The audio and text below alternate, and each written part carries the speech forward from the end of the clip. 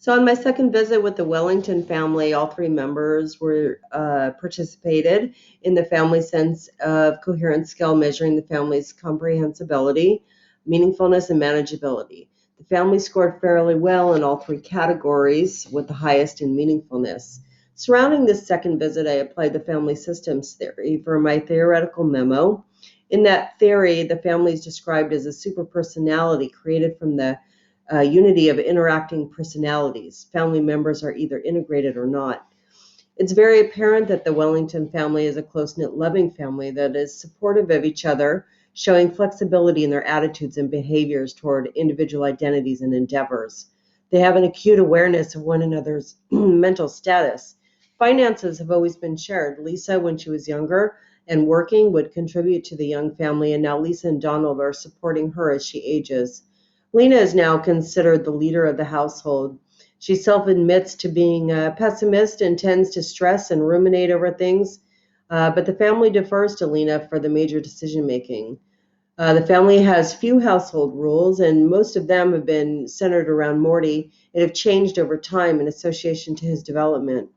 The rules have been sufficient to maintain the family's equilibrium, even in the face of lifestyle shifts or changes. The close emotional bonding between the family members is evident, which in turn has led to good family cohesion and supple flexibility to manage unexpected life events such as divorce, or the ability to adapt to a lack of recent positive influxes of energies into the family. The structural functionalism theory encompasses the idea that society must survive through procreation of children and their socialization. The underlying tenet of the theory is that the best way to accomplish this goal is through an intact nuclear family wherein husbands and wives play very specific roles. Males, due to their size, their physical strength, are considered instrumental in the providers of the family, and females are predisposed to indoor work. They care for the children and are considered expressive, meeting the emotional needs of the family members. According to this theory, the Wellington family may be an example of the type of deviation from the proposed norms and values that leads to disorganization and ultimately societal breakdown. Lena and Donald were married 17 years ago and have one child. They divorced 2 years ago.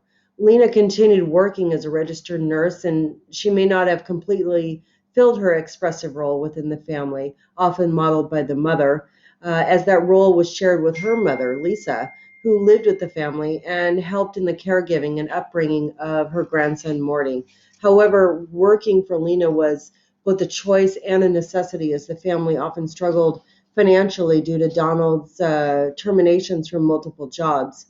Lena states that although she loved her career in nursing, she would have preferred a less rigorous working schedule during Morty's formative years, but felt that the financial stability was also important to the family.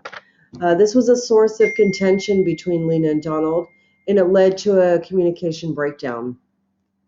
Lena feels that Donald was not bothered by his multiple terminations, nor thought it a problem when he stayed home for months in between jobs. These were stressful times for Lena, as she did not understand his complacency over the matter. Though the family may be described as structurally deviant, according to the structural functionalism theory, equilibrium has been maintained through the emotionally supportive nature of all family members and Lena's instrumental abilities. Morty's socialization continues through a good parenting process, underpinned by the fairly cohesive communication style and really a lack of conflict between Donald and Lena when it comes to Morty's well-being.